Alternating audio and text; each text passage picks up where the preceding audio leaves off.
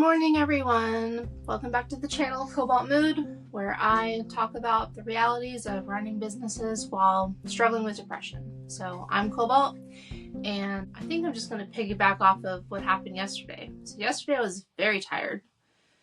And sorry to the people who actually follow and wait for updates. I usually post these in the morning, but yesterday, after I finished filming around 10, the video service I used to edit was just having a bunch of trouble, and I just didn't have time to troubleshoot with it. So I decided to just move on with my day, and then when I got home late last night, that is when I edited it. That word's very hard for me. Edited it and got it out at like probably 11 p.m. So like, it's still mission complete, you know, because I'm trying to post every weekday. But yeah, just very delayed. Apparently I was not the only one struggling yesterday. Okay, so I finished filming around 10. I ended up leaving from my house to Vancouver, Washington to meet up with the person I was buying all the banker's boxes off of, and that was a success. And then they lived maybe like 4 minutes from a Goodwill, so I went ahead and hit up a Goodwill. I did get coffee on the way there, so I was able to kind of like infuse my system with a little bit of oomph. And I decided, like, let me learn from past self, right? And check the weather. It turns out it's supposed to be raining this weekend through, I think, Tuesday. So I knew I needed to just go ahead and source while I was in Vancouver. And I ended up sourcing from like maybe like 11-ish to 8 p.m. when the stores closed. So it was a very long day yesterday. I did do a better job of equipping myself with snacks before I left, so I wasn't spending as much on the road. I still have the pile to the side, which I showed in yesterday's video. So it's going to be basically a photo and list party for me for the next few days, which I'm honestly totally fine with. My body is, I think, what's the most tired. I think I'm probably going to just like photo enlist throughout the weekend and then maybe get a massage and treat myself. Speaking of treating myself, I think I used to like treat myself with like sweet treats. Like, oh, okay, you went and talked to a stranger in Vancouver, you get a sweet treat. No, I can't really do that anymore. My body needs fuel to go, so I'm trying to make better decisions while I'm on the road. And then I'm treating myself by going to sleep at a reasonable amount of time. Or today, for example, I decided to skip class and sleep through it as a way to treat myself so I could actually have the energy today to now photo enlist all this awesome stuff I picked up. I don't know if I got to my numbers, but yesterday I ended up going to 6 stores in Vancouver, Washington area.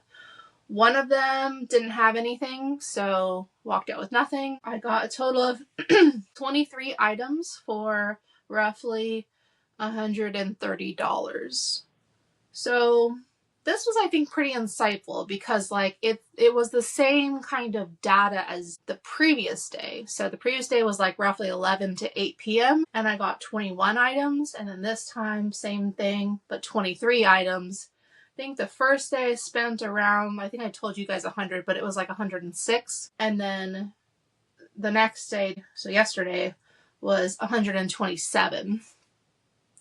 This kind of gives me an idea, like with this metric I have, which is $40 and above listed price, I think this is like pretty much what I can do. I'm kind of feeling like if I were to do like 8 hours of sourcing, let's say every other day, and hit different zones, if I'm hitting roughly 5 to 6 stores, getting roughly 20 items, like that's probably what I can pull out of stores. Because I'm looking up every item. It's not like I'm missing anything. I mean, there are some I skip over. Like I usually skip over Fiesta brand. I usually skip over Squishmallow brand. I know like the weird ones in those categories based off of research what to look up.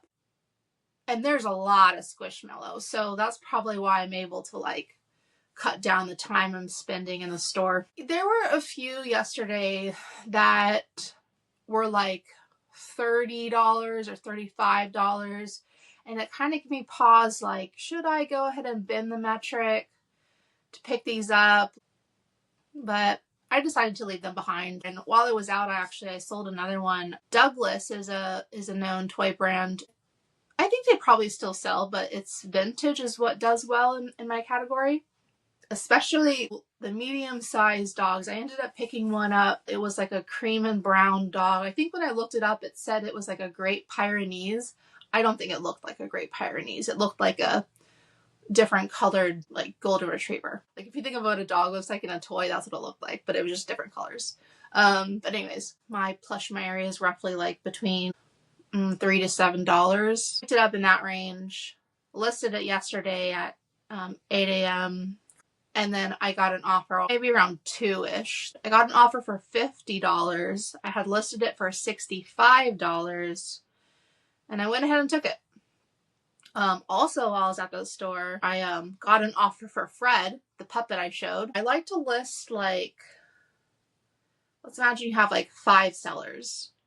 I like to list at like seller number 2 in terms of lowest. And then I usually have a coupon on my store. And I also have best offer, and I do like additional discounts if you like follow the item, right? So I might be listed as second, but after all this other stuff that I do to make my item more advantageous to buy, I usually am below by like $1 or $2, the lowest one. That's why I tend to price a little higher, partially for a negotiation, but also just like, I feel like that's just a good strategy. It's worked for me well. Because like if I price below the lowest person, let's say they were at $50 and I priced at $48. Well, if I already have a 7% coupon on it, or a best offer, or I offer them 10%, then like I'm even lower than the lower one, you know? So like it makes more sense for the way that I price items to be a little bit higher than the base. Hopefully that makes sense. It makes sense in my brain. And like I said, as a business owner, you get to just make things up. So, okay, let's go back to Fred. I listed him a little bit higher at $120. And there was only one other character that was exactly like Fred and also had glasses issues for like a similar price. They're at $105 and they had like $20 shipping. So I can't exactly remember, but the point is that with my strategy, I was actually priced lower than them. When the person reached out making me an offer for $50, and that goes against my rule of like, you know, that's lower than half for it being up in one day. And their message to me, which was true, I think, was something around like, will you accept this lower offer? This is a better reflection of the price of the item because yours doesn't have the stick, and they called it something, antenna thing for the arm. It also doesn't have a bunch of other accessories, and they listed them. While yes, true, like nobody is selling this Muppet character for $50. Like you're out of your mind, man. Like, because they're rare, so like you have to pay up a little bit. I wasn't like offended, but I was like, maybe we can meet in the middle. That would have been like around, I think, I don't know math, let's just say 80. So I went ahead and when I wrote back to them, I was like, I'm happy to meet in the middle at 80 and we can do a deal today. I never heard from them again. They're probably out. I mean, I might still hear from them. They were following my item, and they are still following my item even after I sent them a counter offer. So maybe they'll come back around. I don't know. I feel like I was fair. I bent, what was that? If I offered 80 and that's for 120, I bent $40 on the second day I was listed. Like, that's pretty good. So anyways, we'll see. I also found like a puppet group that buys and trades the exact Muppet that I listed. So I went ahead and posted him in there just to try to get more eyeballs. So maybe one of them will do it. And this group, you know, they also make Muppets and share their creations. I think that's a good audience for Fred because the Fred I have needs glasses repair. And since they're creators, they're going to know how to do that. So yeah, we'll just see what happens there. At one of my stores, I ended up finding for the first time this brand. I already knew about the brand. I learned it in one of my toy calls in the group, the mentorship group. They're called Fugglers because they are freaking ugly. So here we go. I found SpongeBob and I found Patrick. Look, it's just so beautiful. So the artist who makes these, I think they're like acrylic teeth. And Patrick got a cute little booty here. And she uses like buttons for, belly button or something. So these guys pre-owned, I think they're roughly like $25 each. I'm going to go ahead and lot them and ask for maybe $50, $55 to start. When I pulled these guys out, they were like on the first shelf underneath this really huge Squishmallow. And so I was like, ooh. And so instead of like casually looking up items, I just started pulling items. I'm just going to speed through these shelves. There was like 6 shelves of plush. And there wasn't anybody else there. I could have taken my time. And it was like probably 4 p.m. on whatever yesterday was, Thursday.